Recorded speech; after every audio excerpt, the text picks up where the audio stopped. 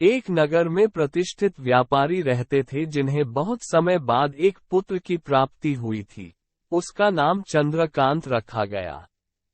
चंद्रकांत घर में सभी का दुलारा था। अति कठिनाई एवं लंबे समय इंतजार के बाद संतान का सुख मिलने पर घर के प्रत्येक व्यक्ति के मन में व्यापारी के पुत्र चंद्रकांत के प्रति विशेष लाड़ प्यार था, जिसने चंद्रकांत को बहुत बिगाड़ दिया था। घर में किसी भी बात का अभाव नहीं था। चंद्रकांत की मांग से पहले ही उसकी सभी इच्छाएं पूरी कर दी जाती थी। शायद इसी के कारण चंद्रकांत को ना सुनने की आदत नहीं थी और ना ही मेहनत के महत्व का आभास था। चंद्रकांत ने जीवन में कभी अभाव नहीं देखा था, इसलिए उसका नजरिया जीवन के प्रति बहुत अलग था। और वहीं व्यापारी ने कड़ी मेहनत से अपना व्यापार बनाया था। ढलती उम्र के साथ व्यापारी को अपने कारोबार के प्रति चिंता होने लगी थी।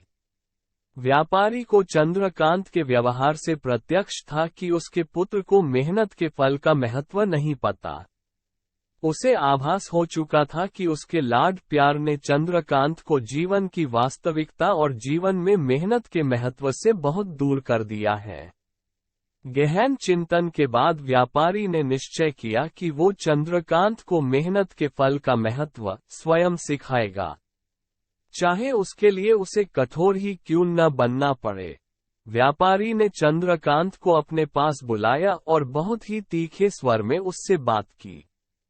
उसने कहा कि तुम्हारा मेरे परिवार में कोई अस्तित्व नहीं है, तुमने मेरे कारोबार में कोई योगदान नहीं दिया और इसलिए मैं चाहता हूं कि तुम अपनी मेहनत से धन कमाओ, तभी तुम्हें तुम्हारे धन के मुताबिक 2 वक्त का खाना दिया जाएगा। ये सुनकर चंद्रकांत को ज्यादा कोई फर्क नहीं पड़ा। उसने उसे क्षण भर का गुस्सा समझ लिया, लेकिन व्यापारी ने भी ठान रखी थी। उसने घर के सभी सदस्यों को आदेश दिया कि कोई चंद्रकांत की मदद नहीं करेगा और न ही उसे बिना धन के भोजन दिया जाएगा।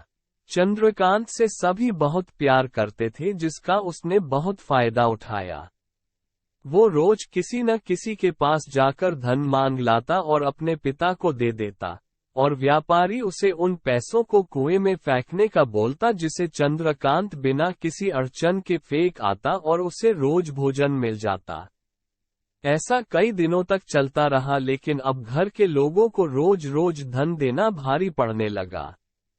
सभी उससे अपनी कन्नी काटने लगे, जिस कारण चंद्रकांत को मिलने वाला धन कम होने लगा और उस धन के हिसाब से उसका भोजन भी कम होने लगा। एक दिन चंद्रकांत को किसी ने धन नहीं दिया और उसे अपनी भूख को शांत करने के लिए गांव में जाकर कार्य करना पड़ा। उस दिन वो बहुत देर से थका हारा व्यापारी के पास पहुंचा और धन देकर भोजन मांगा।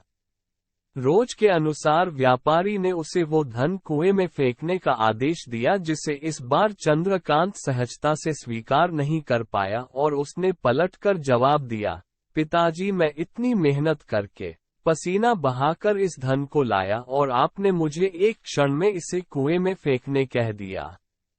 ये सुनकर व्यापारी समझ गया कि आज चंद्रकांत को मेहनत के फल का महत्व समझ आ गया है। व्यापारी भली भांति जानता था कि उसके परिवार वाले चंद्रकांत की मदद कर रहे हैं, तभी चंद्रकांत इतनी आसानी से धन कुएं में डाल आता था। लेकिन उसे पता था, एक न एक दिन सभी परिवारजन चंद्रकांत से कन्नी काट लेंगे। उस दिन चंद्रकांत के पास कोई विकल्प शेष नहीं होगा।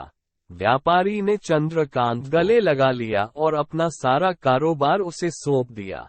आज के समय में उच्च वर्ग के परिवारों की संतानों को मेहनत के फल का महत्व पता नहीं होता और ऐसे में ये दायित्व उनके माता पिता का होता है कि वो अपने बच्चों को जीवन की वास्तविकता से अवगत कराए।